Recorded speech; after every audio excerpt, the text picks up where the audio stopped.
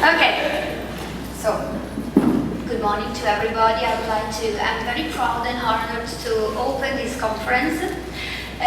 Thank you so much to be here, and I am very happy because today is a very beautiful day for all us. I am so happy that you have enjoyed with us this conference. My name is Selina Grasso. I am a new entry of EWMD Brescia province and Brescia town, and I will be your moderator today in the first part of the conference. I'm very honored to share these possibilities and this event with you because it is 14 years that the conference has not been in Italy and in Brescia, the first time. As you know, it is a possibility also to be involved in the conference, writing with Twitter and launching a tweet, and the hashtag, I repeat for the one that know, is hashtag EWMD 2013. I hope that it's correct that I stand, but I want to be more empathic with you and not so formal, because we are all together to discuss arguments and topics which are naturally very important, but at the same time must be a sign of cooperation, and because all people are involved with ideas and with different way of thinking and constructing our Europe of the future. The title, as you know, is Citizenship and Diversity in Multicultural Europe, and the conference, as you know, is dedicated to the rights and to the steps that we have still to make to reach and to achieve equality and opportunity, not just financial and economic speaking, but above all in being together real European citizens. This has been a great effort for all us in preparing, and hope that everything is right and that you enjoy not just our time, but particularly this time together. I would like first of all to thank you, all the politics which are here, and public administrators. And first of all, I would like to thank you, the one who cooperated and worked very hard and strongly in the EWMD of Europe. And first of all, I would like to thank you and say welcome to our international president, Chris Hauff, and co-president, Ursula Bolle. Thank you for being here.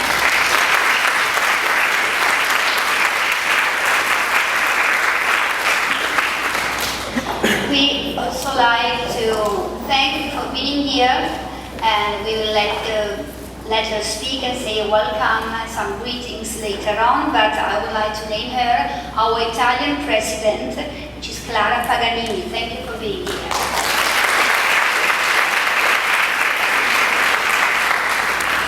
I would like to thank you with heart. Let me be a little bit personal, not just because I'm from Brescia, but just because I am new and she welcomed here in this new association. It's with heart and with passion that I would like to thank and welcome our Brescia president, Daniela Bandera.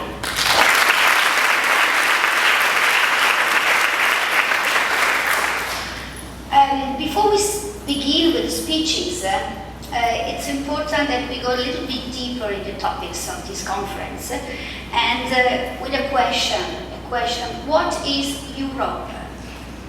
What is really Europe? It's just a name, it's just a collecting of different countries. I think you can allow me to say something personal, just because I want to break the ice. I have a daughter who's studying in Philadelphia for a semester, and she wrote me a WhatsApp message last night, and it was for me very important that I say it, and I will say tomorrow to the ladies. And she said, "Mommy, the longer I stay here," she wrote in Italian, I can show later on by the coffee break, in Italian, but I can translate it now. Mommy, the longer I stay here, the more I understand how we European different are in comparison with the US citizens. Because we are different. Well, she said, everybody has problem in its home, but we are so different, and we don't want to be homologated all the same as they are. It's not just a comparison in negative, but we are so different, and we're struggling and fighting to reach a real unity. Also, it is difficult because, as we said last night, difficulty and diversity are a value which is not euro, monetary value. It's a value with capital V.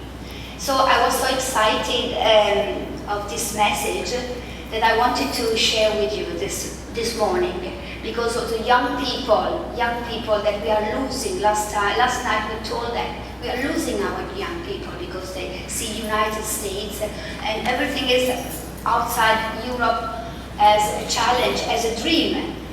Now we have to be inside and to grow our Jews, to let them make experience abroad, of course, but then they come back and they have to build Italy, Germany, France, and all Europe.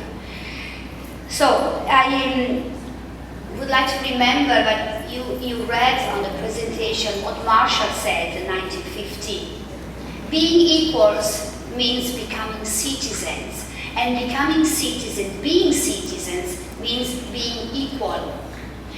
And it's time to go after the Maastricht Treaty. You know that this year is 20th anniversary of Maastricht Treaty, and 213 is the year of European citizens.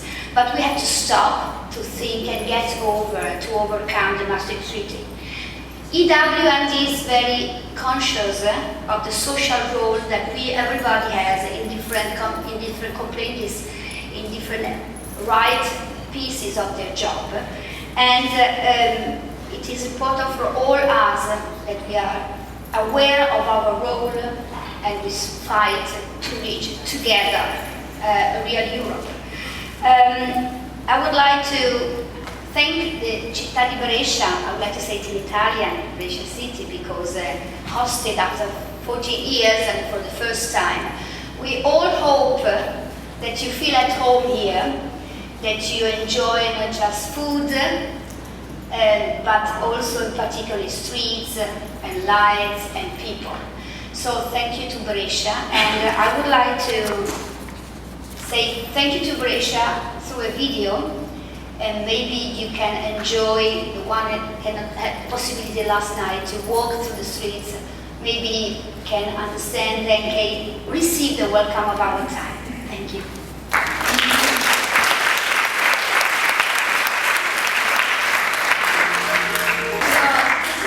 Of our town, and I would like to call on the stage a representative of the institution, a friend, Anna Maria Gandolfi, which is the Counselor of Equality and Parity. Please.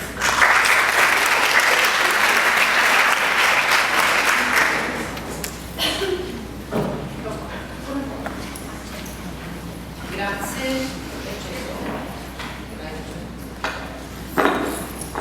First in Italian, after in English. Thank you.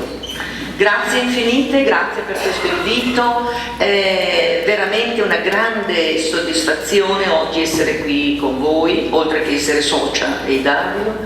È stata ieri sera una serata molto commovente per tutte noi.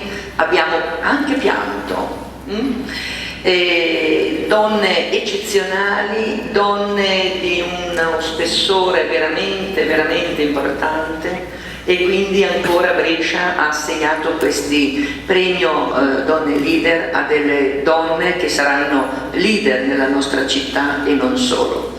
Oggi ci aspettano dei lavori veramente importanti, temi decisamente importanti per tutte noi e per l'Europa, per l'Italia e per l'Europa. Quindi il mio grande, immenso e di cuore augurio di buon lavoro. First of all, I want to thank you very much to the organizer of this important international conference. That's the same that organized yesterday evening. Brescia is very, very proud to say you welcome and join with you this very important conference. Moreover, I am very happy to meet you, to meet many friends. Thank you very much to be here today. I wish you a good workshop. Thank you very much.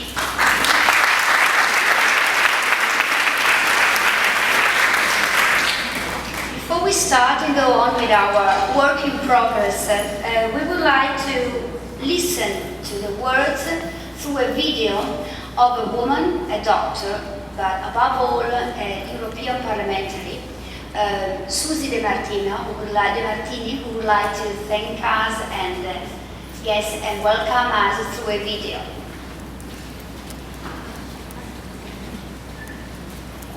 To begin and to introduce the speakers, let me give to EW a big thank to the patronages that helped us to work and to organize that, which is I say it in Italian, Regione Lombardia, Provincia di Brescia, Comune di Brescia. And we would like also to thank the two main sponsors, which are Nomesis and Santos. Thank you very much to help us.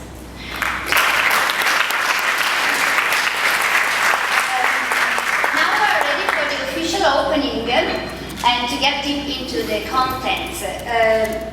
We are ready, and please help me to give a warm welcome for the official opening of the words to our international president, Chris Hauff.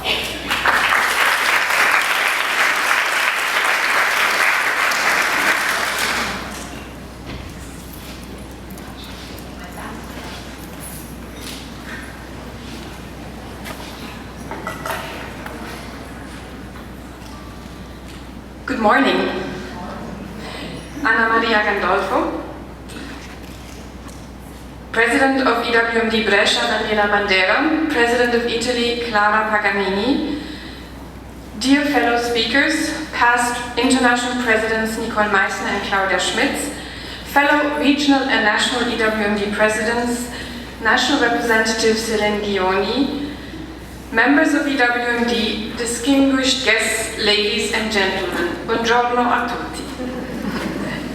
On behalf of EWMD, the European Women's Management Development International Network, long name, that's why we say EWMD, may I welcome you to our International Conference 2013 here in Brescia. My name is Chris Hauff, I'm the International President, and I share this presidency with Ursula Böhle, whom you will hear later on. We are co-presidents, which is something we've been living for a long time, but it's something that is becoming in the companies starting to be discussed, shared leadership. So we've been doing this for a long time now that it's becoming more and more a topic. EWMD is an international network founded in 1984 with the goal of promoting the participation of women in management. Today, our main goal is to achieve yet more visibility and participation of qualified women in leading positions in business, commerce, and wider society. Our broader vision is to improve the quality of management with respect to women and men, children, age, and the cultural diversity of Europe. Today we have almost 900 individual and corporate members in 14 countries in Europe and beyond, with active members in more than 40 European cities.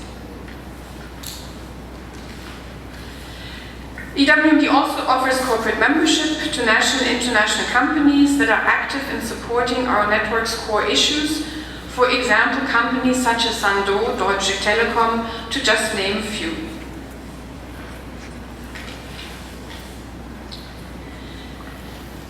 Members share professional experience in established business and private contacts through networking events and active engagement, regionally, nationally, and internationally. Our major annual highlight is the International Conference, which always takes a topical issue as its theme. And so I'm delighted to open this year's International Conference on Citizenship and Diversity in Multicultural Europe, a timely topic in this European Year of Citizens. In view of global challenges, diversity, one of our core issues in EWMD, plays an outstanding role, we believe. As a European network, we see a difference as an opportunity. It is already well established that companies with diverse management teams perform better than ones with homogeneous management. Our 2011 conference addressed diversity as part of sustainability, shaping the future sustainable leadership was the topical issue. In 2012, we were among the first to publicly discuss social innovation, at the time in Meierhofen in Tirol. Today, the European Commission is proposing standards for reporting extra financial criteria, of which diversity is an important aspect. And so I would like to congratulate the local organization team for creating this forum to enable all of us to be part of this current debate. I have already mentioned our core issues, but let me tell you a little bit more about what we in EWMD stand for. Members are determined, personally engaged, and believe in give and take and open exchange. One of EWMD's major strengths is that it inspires people and organizations to be more diverse, open, and supportive. Besides focusing on best practice and the active exchange of experience, we also look for new trends and perspective in diverse business environments. Experienced professional women inside the network sponsor one another and function as role models internally and externally. And on that note, on behalf of EWMD International, I would like to thank the Brescia EWMD chapter for such an inspiring evening yesterday. The award ceremony of the Female Leader Prize was wonderful. To see such a vibrant, active and motivated team clearly enjoying the organization of such an excellent event was an inspiration to us all. Please give them a hand of applause.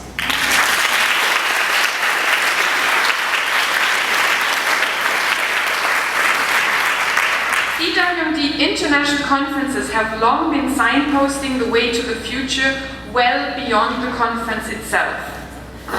We actively welcome your contribution and participation on this topic of citizenship and diversity in multicultural Europe. I am sure that you will agree that the program is impressive. We have plenty of exciting presentations and workshops to look forward to. Enjoy to join us and help share the debate. Meet, share and engage.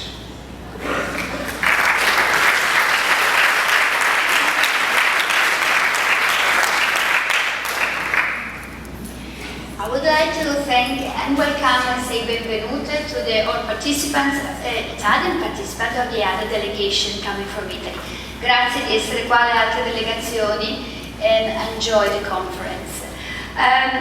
Now I would like to say that the topic that we're discussing tonight will bring a lot of questions and a lot of answers, and I assure you that we will do everything possible to get your questions to the speakers, as many as we can in the time we have to get today. So please, if you have questions or comments, I repeat, we have please launch a Twitter.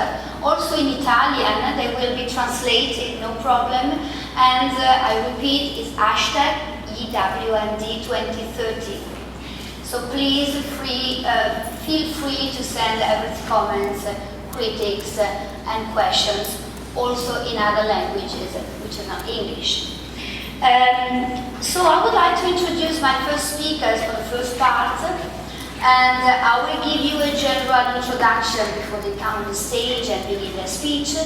And I'm very proud and honored to have different experts.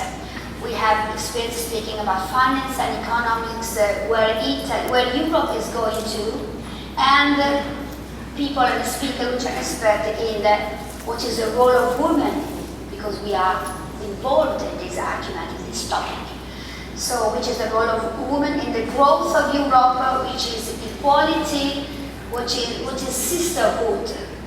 And I would like to mention and then call on the stage Professor Luca Bagato, which is a professor of international finance economics and monetary and financial market at the Cattolica University of Piacenza.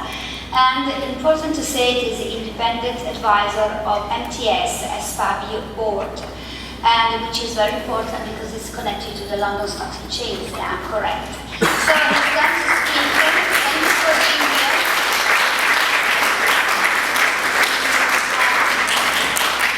His topic will be European citizens and devs of the country, which different opportunities do people have when born in one country rather than another. Before he begins to speak, I would like to present generally the other speakers, which is Isabella Crespi, Associate Professor in Cultural Sociology at the University of Macerata, Coordinator of the RN13 ESA, Sociologist and Families and Developing Life. His speech will be called General Policies and Work-Life Balance in Europe, which is very important for us, for all women. And we have Roberto Savona, thank you for being here, Associate Professor of Financial Markets and Institutions, University of Brescia, and in the Steering Committee of Mars Network, ECB. Thank you for being here. And I am honored to introduce and to say welcome to Maria Gomez del Pozuelo. I have to say that it is right Spanish. Maybe you correct me if your name is not good pronounced.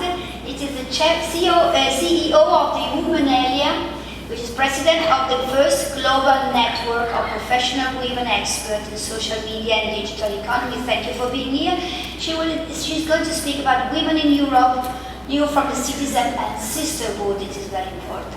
Thank you for being here, Professor. I would like to, before you begin, I would like to ask you, what is, you affirm that the receipt of Euro debt crisis case essential and international economic competition crisis. How can you explain that? Thank you for being here. I think that I can't talk without microphone. No.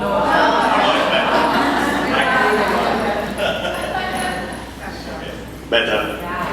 Thank you for being here. That's an impressive audience. So I will try to answer this question. It's not easy because it is a critical, I think, moment for Europe.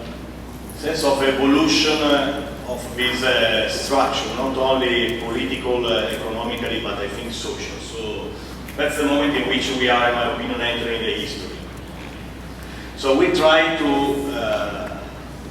involve you in typical academic concepts, considering that I'm not a pure academic, in the sense that I spent 20 years on a trading floor. So in reality, I'm a former trader.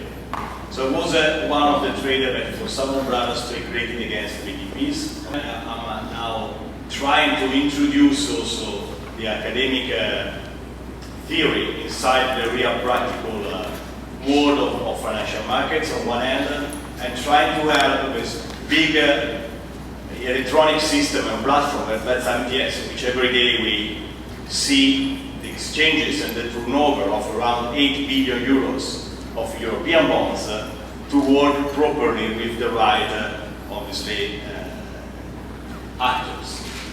So in terms of debt, when we introduce debt, deficit, and so on, the first thing we need to focus about is that debt is the total amount of expenditure for a country, considering not only what is necessary for the current expenditures, but also what is necessary to compensate the previous debt. Okay?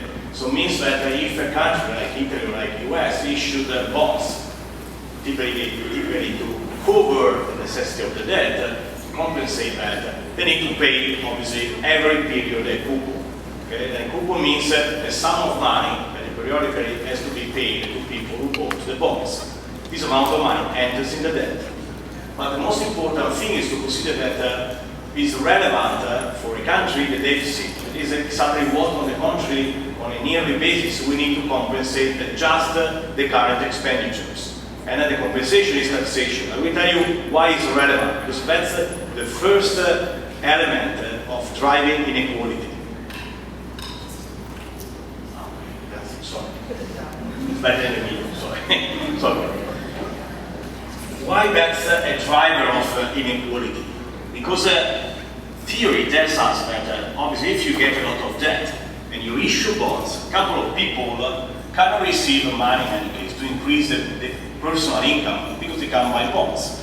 But bonds are not for everybody. It's just for people who can save money. Or on the contrary, pay taxation, everybody. So that's the problem we are also in terms of academics to reconcile and to make a symmetry between people that gain money and creates income opportunities on the back of that. And people on the contrary, receive the black side of the debt, paying taxation anytime. And the most important thing is that countries try to reach this point of driving a bit the debt explosion, but in reality was something that we were more able to do before Lehman crash. If I have time, I try also to answer perhaps your question about Lehman, to tell you a couple of real things about Lehman. Imposed a sort of ceiling. Constitutionally, for example, in the US, you cannot go over the ceiling without the Congress approval. But that's a problem, because we know a recent story is that it's not easy, because that's a political discussion. Sometimes it's a real political battle. European, on the contrary, monetary union, when had to think about that, they introduced two things, sort of quantitative rules, the typical German rules about quantitative. And they introduced one thing that now is totally out of control, that is the total amount of debt over GDP, because the limit was 60%, and also Germany is the best for Europe, is above 90%. And the second one that is more relevant is try to drive the current, on the contrary, expenditure under control. It is the deficit GDP. And that's the way also sometimes to discuss about two these rules. So one, very clear, but in a certain sense a bit awful, like that city in the US, and one on the contrary more dynamic, but in a certain sense more philosophical approach in Europe. What's happened in reality? A lot of countries went over this amount. One obviously was Greece, that unfortunately had to face this problem also with data and transparency about the public debt. And Italy, that used to have a huge debt and has been trying obviously to grow on the back of its debt, in my opinion, since the end of the Second World War, apart from the gold period, the Goldilocks for Italy around the 60 years. So starting with inflation fighting in the 70s and the rest, and especially for the convergence of Europe, we increased a lot. But the problem is also for core countries, because also Germany and France in particular are running the debt to GDP very close to 100%. Now there are a couple of economies, one in particular that is a Rogoff, but is also, I think, very close to the current Fed governor, because I think that Yellen is a Rogoff wife, if I'm not wrong. Said in a famous book that above 120% of public debt to GDP ratio, the growth tends to disappear. On the other side, there is a liberal approach that I support more, like Krugman in the US, that say it doesn't matter the debt to GDP. The Japanese case is an example. What matters is the growth of the country. And we show that this is relevant for us, especially Europe, because now we are under this problem and in a certain sense a corridor of the austerity. So what about, on the contrary, the main part, the deficit GDP? We see that Italy in this case is not so the worst country. Germany in any case is the best country, but we are, for example, better than France, and the problem, on the contrary, in Europe is more for Spain and Portugal. And that's relevant, in my opinion, consider the fact that also when you have to study about the debt, you need to split between the public debt and private debt. There are a lot of countries in which there is no private saving. So it's a problem because the money that, in a certain sense, arrives in the country, so the inflows of the money to buy bonds is necessary from abroad. And when there is a crisis, the most important thing is that you need to save a bit your time. You need to buy time. Anytime you talk about debt management, you are talking about debt credibility. ECB, in fact, intervened in the market to buy time. Why time is relevant for financial market? Because imagine that today there is a political crisis in Italy.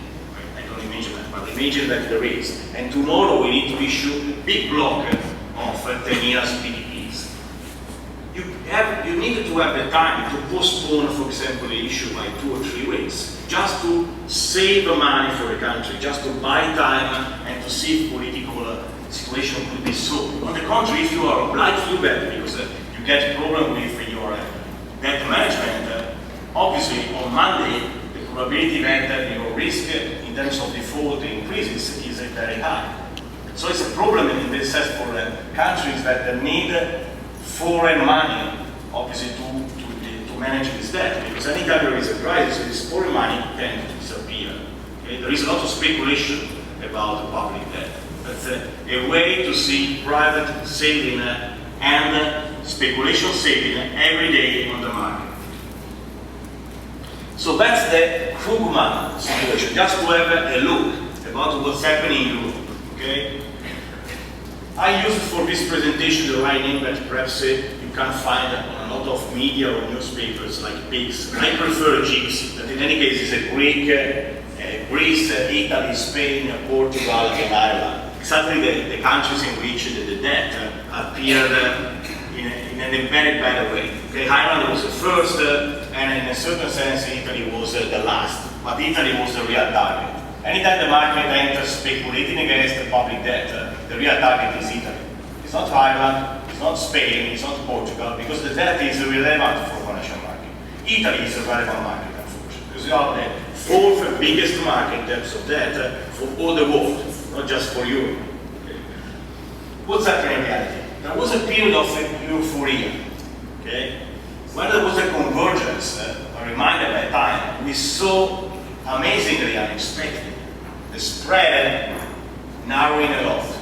When I was, for example, in London with a big Italian tour about this convergence, traders and political and regulators and policymakers, 90% of people were against us. They said, you are crazy.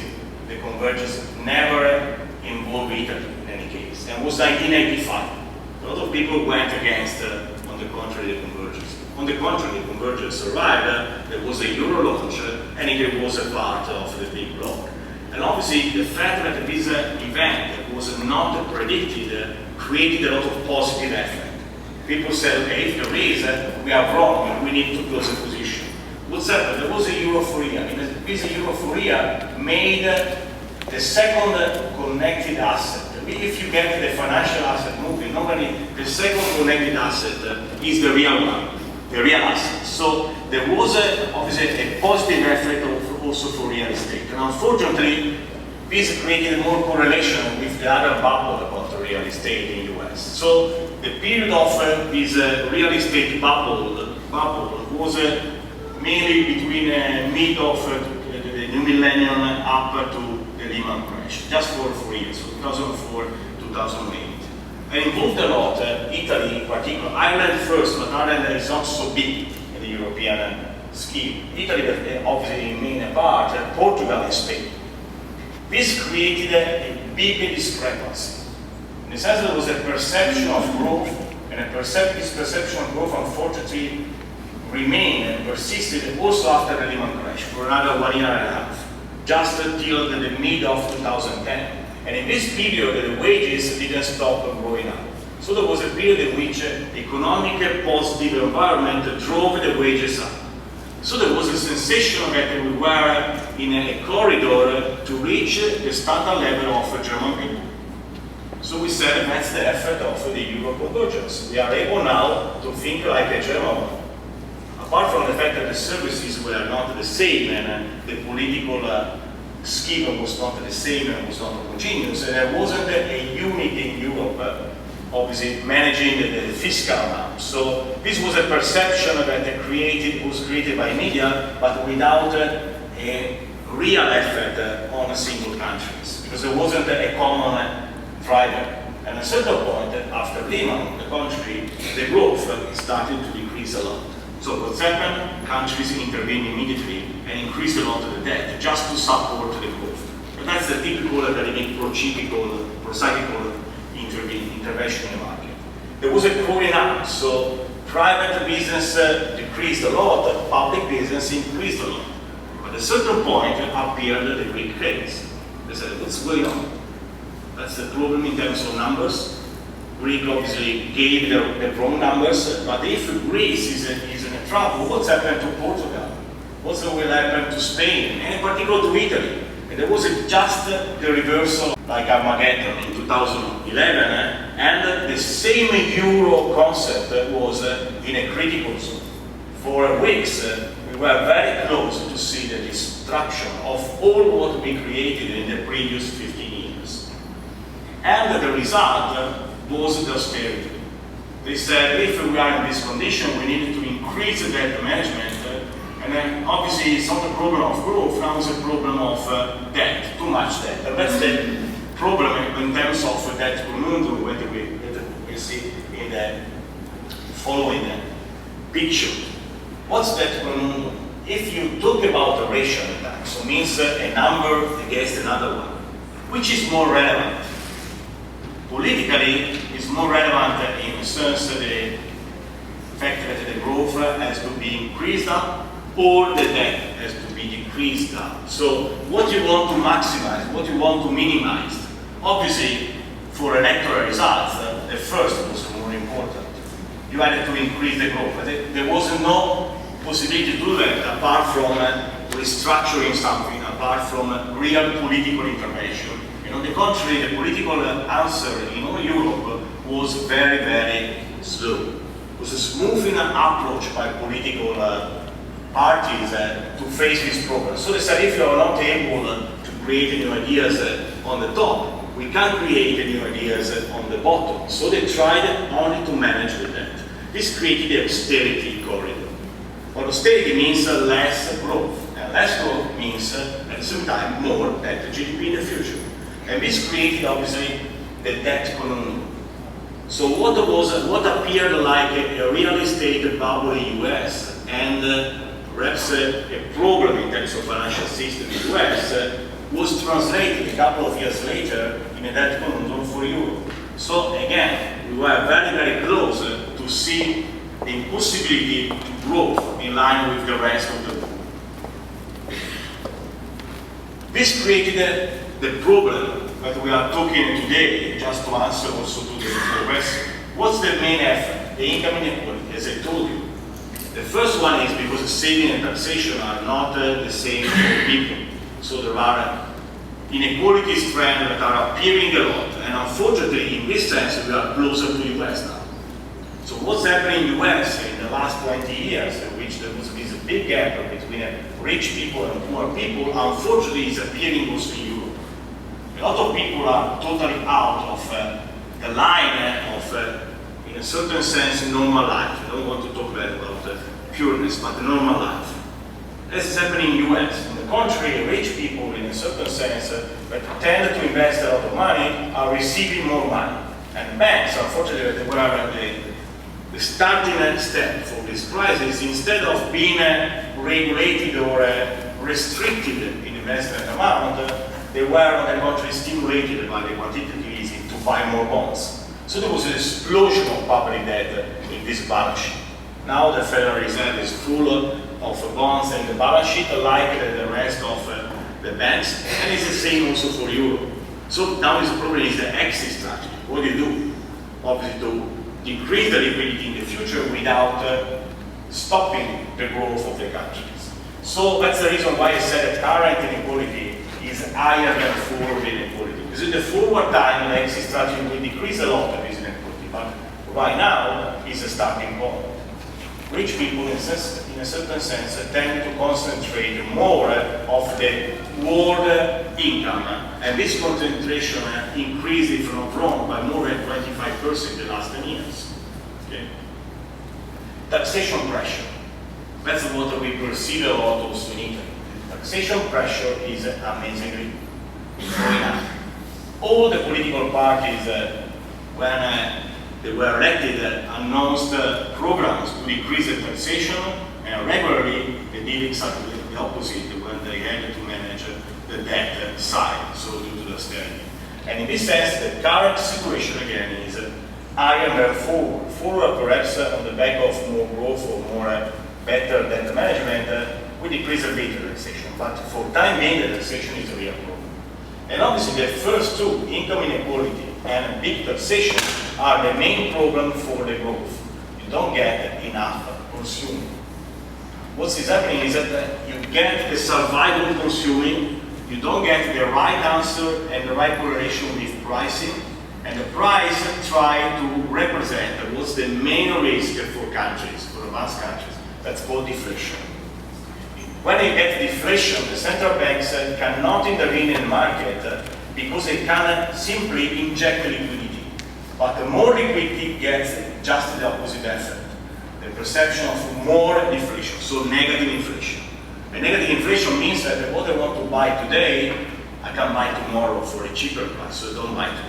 And this is obviously the starting point for big unemployment. So it's a problem for more inequality, again.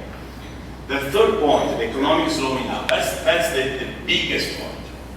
We entered in a period in which there was a typical effect in the US, which is in a certain sense a more open market, especially for labor side, positive and negative, obviously, relevance for this element, in the sense that they can fire them very quickly, but they can hire also very quickly. But this created what we call in academics a participation rate, so means adult people that can work every year a slower number. But today we can say that this slowing down the participation rate stopped a bit. On the contrary, in Europe, this trend just appeared a couple of years ago and is now increasing year by year. Why? Because obviously there is not enough growth, and due to the outsourcing of this globalization versus emerging market countries, especially in Asia, we are not able now to recapture the manufacturing activity. So our propensity to produce in advanced countries decreased a lot. We were in a certain sense slaves to the service activity, and the service produced a huge increase of employment before the even crash, but now is producing, unfortunately, correlation to fire people anytime. And without services on the top level of a group, without growth of manufacturing services, manufacturing production, you are not in condition to restart employment. So you are exactly in what we call the depression zone. So it's still the beginning, but that's a black corridor. What's happened about competition?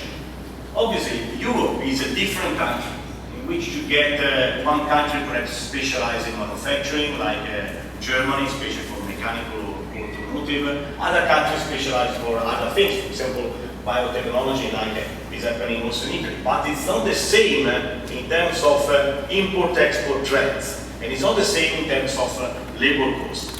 There are countries like Germany in which labor cost is under control and the export trend tend to be higher than import. Countries like Italy, on the contrary, in which we get a slowing down trend for exports and get a higher labor cost. So the productivity in Germany remained high on the top, and productivity in Italy, on the contrary, in Spain decreased a lot. How to solve that? Obviously, austerity means that management in southern countries, gypsy, that's fine, but the balance sheet is higher growth in Germany, or Holland, or countries, or Austria, countries that normally tend to have a higher productivity. Because on the contrary, who will buy the production of the gypsy if it's not inside? And the rest of the world try to compete on the same level, so exporting to US. So the problem is not try to be better off China. Germany can be better off China exporting to the US, but Italy and the gypsy cannot for a several numbers of products. The main point is that Germany, in this sense, has to be the better of China in terms of competition, but at the same time has to increase a lot the internal income just to absorb the extra production of the rest of Europe. But the austerity is producing just the opposite effect. Instead of increasing income in Germany, Germany is decreasing that due to a more austerity in Germany than the rest of the Euro. This is creating a lot of imbalances. We are not able now to grow. Germany is slowing down, and we are slowing down more. Okay. And the rest, obviously, about the public expenditure. When you cannot grow, the government tries to intervene and to spend more just to compensate. They cannot pay for education. And so you get the same effect that made emerging market countries, especially in the mid-80s, so far from our growth. We need, on the contrary, to be more flexible in this The other thing is that try to reduce these asymmetries. You need to convince a German that they get a good quality of life. They can't spend more now. That's the time to spend. They saved for 30 years, they can't spend now. If due to that the public debt goes up by another 10%, who cares? It's not a problem. Japan is around 200% of public debt to GDP, and without growing intervention, they never reach any time of 0.1 more GDP growth. They remain just in depression till an announcement of a new quantitative easing. So if you want to avoid this Japanese depression of balance sheet, you need obviously to spend more where the public debt is under control. And this try to compensate obviously a less expenditure in terms of public expenditure and private expenditure, where on the contrary public debt is under control, like in South Africa. Better domestic responsibility. What we call is that we need a common approach to public saving. A common approach to, obviously, a better approach in terms of political expenditure. As we heard on the video, I mean, 3 billion of euro splitting for Africa without any consideration perhaps of the real Africa, with 1 billion lost in corruption, when on the contrary with 1 billion you can save perhaps, I don't know, 50% of the educational system in Greece. That's a shame. We need in this sense also to come back to our Europe, not only going around. We need also to be more balanced in terms of intervention. Because now, in my opinion, the North Africa we get inside the Europe, especially for Southern Europe. And the problem is that on the contrary, the situation where politically is so bad that these people is trying to imagine a better solution for our countries that we cannot obviously satisfy. So this is creating a big social problem. And the European Central Bank needed to reach support about this idea to survive the euro anytime and to take time in this sense, so to be more credible in the market. And so we needed to be, in this sense, a common zone, not a zone in which when the Central Europe says something, there is anytime a comment by France on one end, a comment by Italy on the other side, a comment by Spain. So get a sole central bank with a lot of in reality reaction locally, still active, and that's a problem. Okay? In my opinion, the biggest effort is trying to integrate the commercial and the trading inside Europe in a proper way. What in reality created a common zone for the US was not the public or the fiscal management, was the trading integration. The problem they had was that till the Second World War, obviously New York was very different in terms of history from, I don't know, New Orleans. But they were able to integrate. The integration created the opportunity for people from New Orleans to go to New York to get a job. And perhaps after a certain period, to come back to New Orleans and to launch their activity. We are not in the same situation now. Because on the contrary, the frontiers, the barriers that the European created about this labor integration, instead of decreasing, increased a lot. There is a lot of opportunity in the Europe in terms of education. We see a lot of students going around the world, but then when they want to get a very flexible job, they go to US. And that's a shame for you. As we said at the beginning, we need people remaining in Europe, going in US to get experience in Asia, but coming back to Europe, in all Europe, and moving very fastly from one country to another, just to spread this new culture, just to spread this new opportunity. And we never reach this point. Never reach the beginning of this point. Okay? And obviously, less effort on that and more effort on growth, try to manage better in the future is an amazing debt to GDP ratio that is in reality driving all the countries to the wrong side. So that's the end of my presentation. I don't know if we have the space for questions. At the end, we probably give questions. Okay, so you can join that.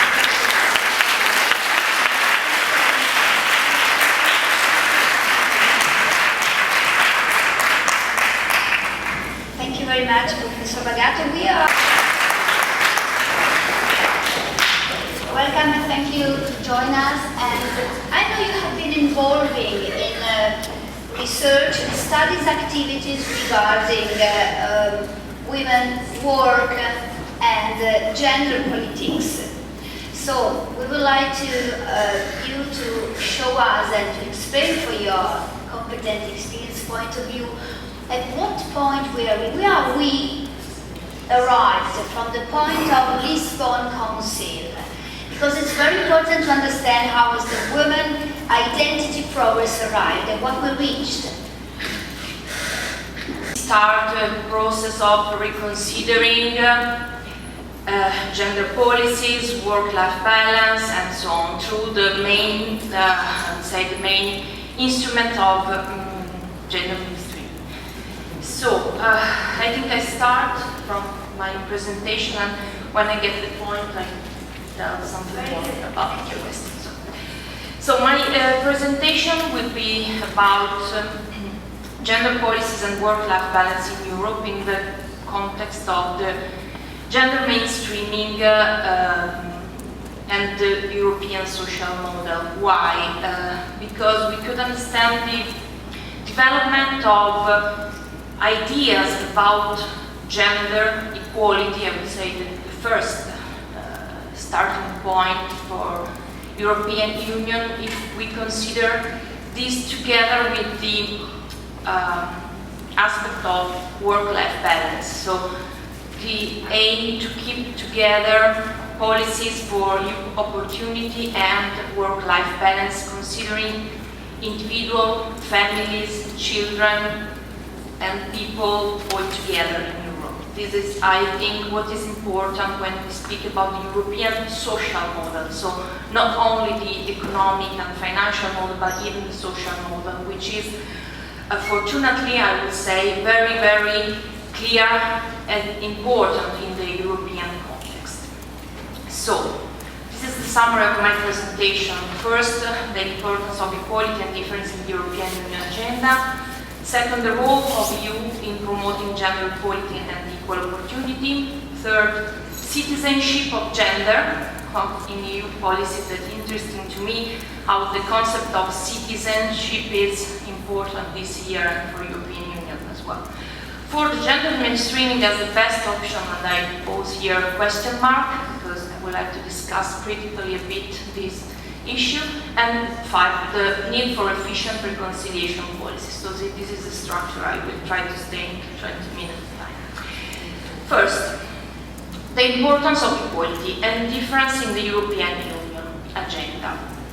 Gender equality as a goal, that is a goal that has been accepted, at least in theory, by governments and international organizations, because since the beginning with the Lisbon agenda and the gender mainstreaming issue, all the governments had to face with this challenge of gender equality in practical and in policies, so in a real way. And all the international agreements and commitments support this goal, at least in theory, I would say.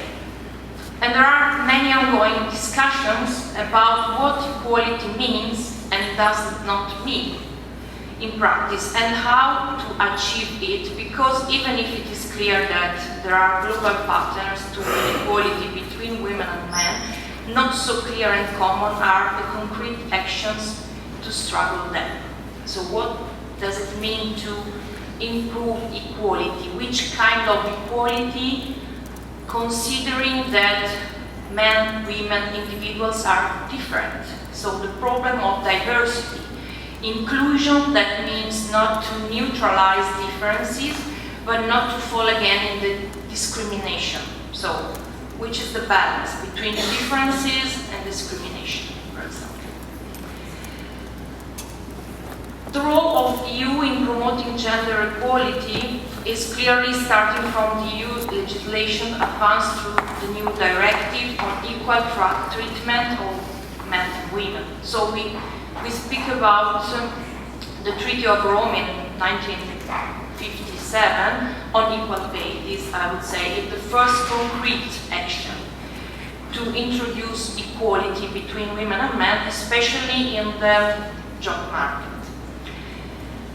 Then the EU mainstreaming on gender as the integration of the gender perspective into every stage of policy processes was a further step. So we are not only looking at equal pay, because this is not the only aspect to consider, but also how to favor real participation of women into labor market on the same, with the same opportunity of men, for example, but also how to improve the wellness and happiness of people and about their everyday life, so including private life, not only working life.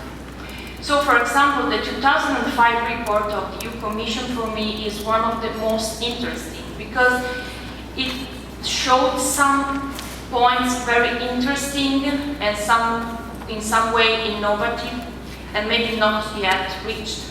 So, for example, the first, strengthening the position of women in the labor market. So this is the Lisbon agenda. 60% of women employed, and we know that it's not still possible to say that every country in Europe, and maybe it will be not possible because there are strong resistance to this option, because we have to consider work-life balance, for example. We have to consider different generations of women and men with different choice options, even on this task.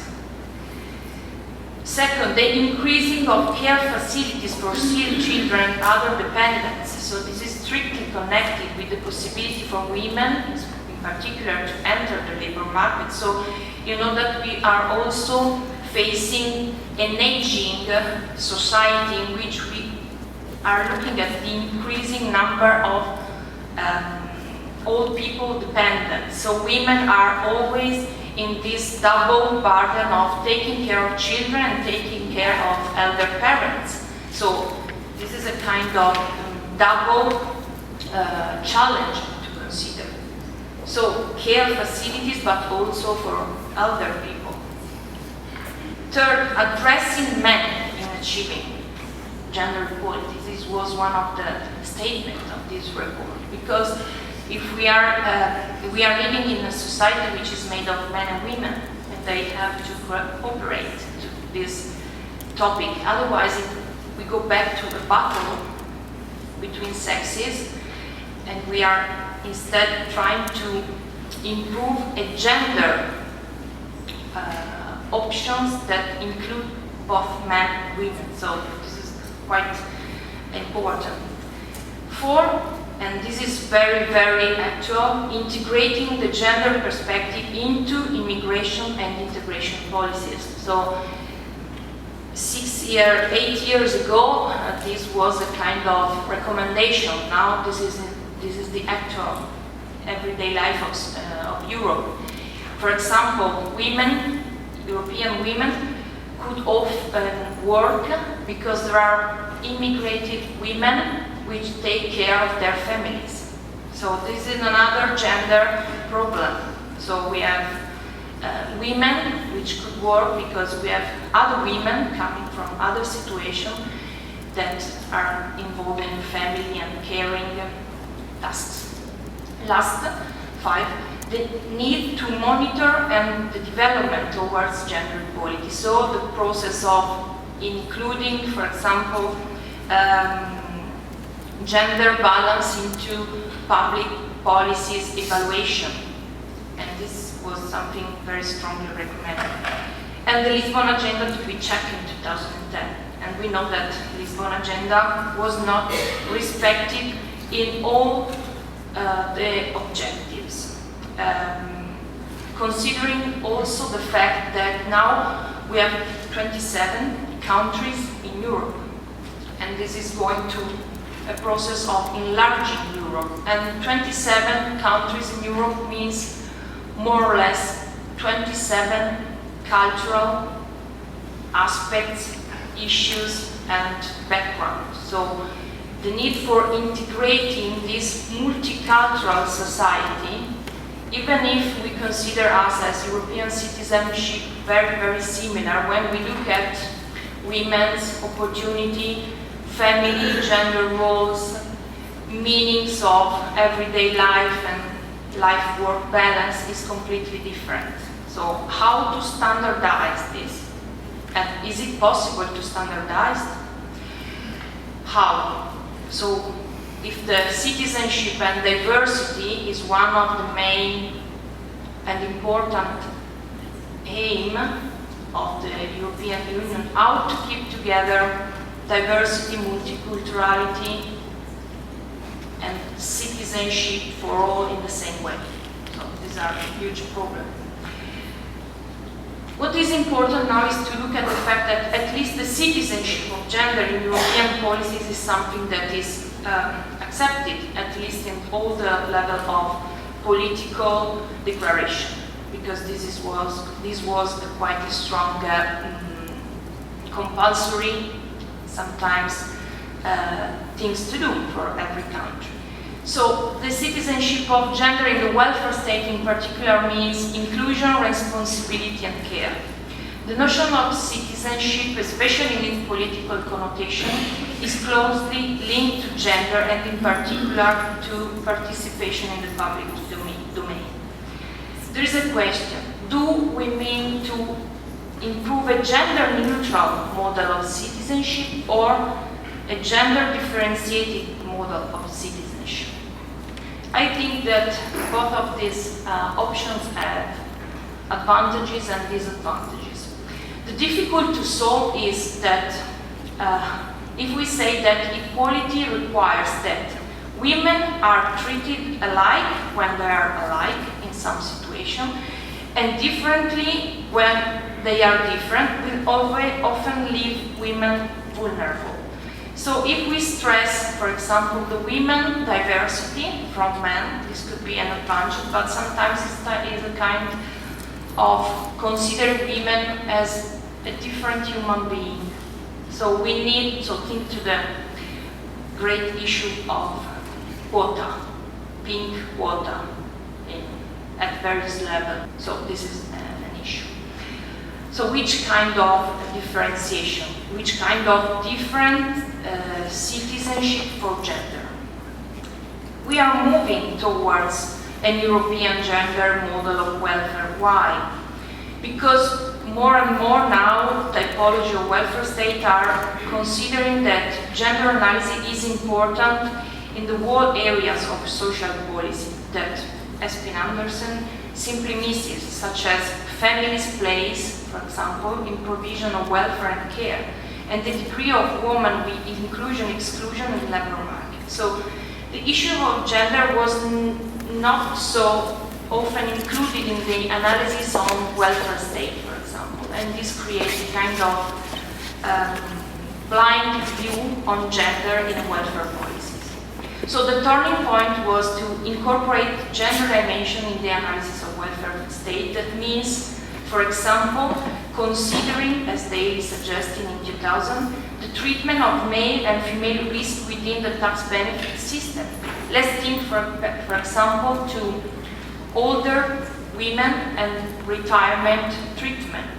Depends on if they are married or not, in which family situation. And in this situation are more flexible and insecure job market, maybe in 20, 30 years, new generation of women could find themselves in a poor situation considering retirement and pension.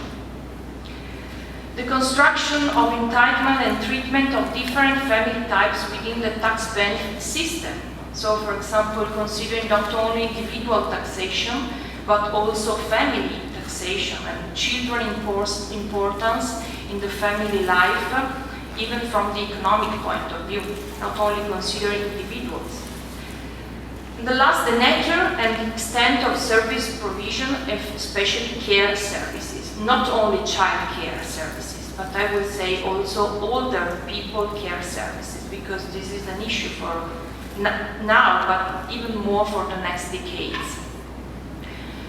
Otherwise, we we have a side effect that I think is very dangerous. So the defamiliarization process. This is a kind of process in which consider that family, when I say family, I mean the everyday life of women and men and children in the European Union. Because basically this is still the main issue where gender strategies are negotiated between women and men, between partners. They negotiated the choices, going to work or not, how much part-time, me or you, this kind of negotiation is within family, basically. And the construction of kinship obligations and the treatment of care work are two of the most critical points of this process. As Andres suggested, the defamiliarization means the degree of autonomy and exclusion of family that social policies makes available for every citizenship in order to manage care and work. So, where actually happens the negotiation and the strategies, where are they negotiated? Basically within everyday life of family. So this is the issue. So, is gender mainstreaming the main options? Yes, for sure. This has been declared and established from the European Union. But I would ask, is this the best options? Maybe yes, but with some critiques now that after 20 years of gender mainstreaming, we are not at the end of this process. And I would say this is problematic because in the new program, Horizon 2020, maybe you know something about that, it's a mainstream now, the issue of gender equality and so on is mainly disappeared. Because we have the substitution of gender equality and gender mainstreaming with the problem of inclusion and it means that the integration of gender perspective into every stage of policy process. It means assessing how policies impact on the life and position of both women and men and taking responsibility to readdress them if necessary. I would say maybe we are now in the moment of beginning of this real implementation of this practice of gender mainstreaming and especially evaluating the consequences, but not yet at the end of the process. And this is clear because we are still in the situation of needing efficient reconciliation policies. Because at the moment gender, family and work is still a difficult relationship in everyday life for women and men. Why? Because of the demographic changes, aging population, birth rates decline. And work changes, flexibilization, insecurity, part-time work, all these options. So, even men and women have different expectations about family and work due to the development of male condition and entering in the labor markets. So we need to reconcile what, why, and how to improve gender mainstreaming in practice. Supporting families in combining care and work and private life to favor negotiation between men and women in the best way. If individuals could purchase services that reduce the additional workload consequent on maternity, for example, it will be easier to combine employment and fertility, which is one of the issues of European demographic trends. We have different approaches than gender equality, family-friendly service, work-life, family balance. And new perspectives. For example, many studies highlight the need for a more deepened approach to gender, family and work relationship as a relational system. So the combination of this system not only oriented to one or two individuals. And from another point of view, the great attention dedicated to family well-being effects, positive effects on workplace. And community studies push forward to consider the possibility to involve more social subjects in the redefinition of social policies, facilitating work-family balance. I was now concluding 5 dilemmas, I would say, still remain. First, to solve family, gender, work conflict and reconciliation policy is an individual or relational solution. So we need to focus only on individual rights or even to family, community, workplace relations. Should we consider gender versus family as if we are living only as men and women and not included in everyday life in negotiation within our relationships or family life? Are we considering only women or even trying to consider even men into this option of reconciling work and gender and family? Alone versus together, so we are looking for individual-oriented policies or to relational-oriented policies, including workplace and family. And last, are we going towards individualization of choices or responsibility of choices? So, is the individual responsible, or we should consider the responsibility of our next generation, for example, towards children and so on? So, these are some dilemmas I would like to leave to you, maybe to discuss in the workshop or in the future of your work. So, thank you very much.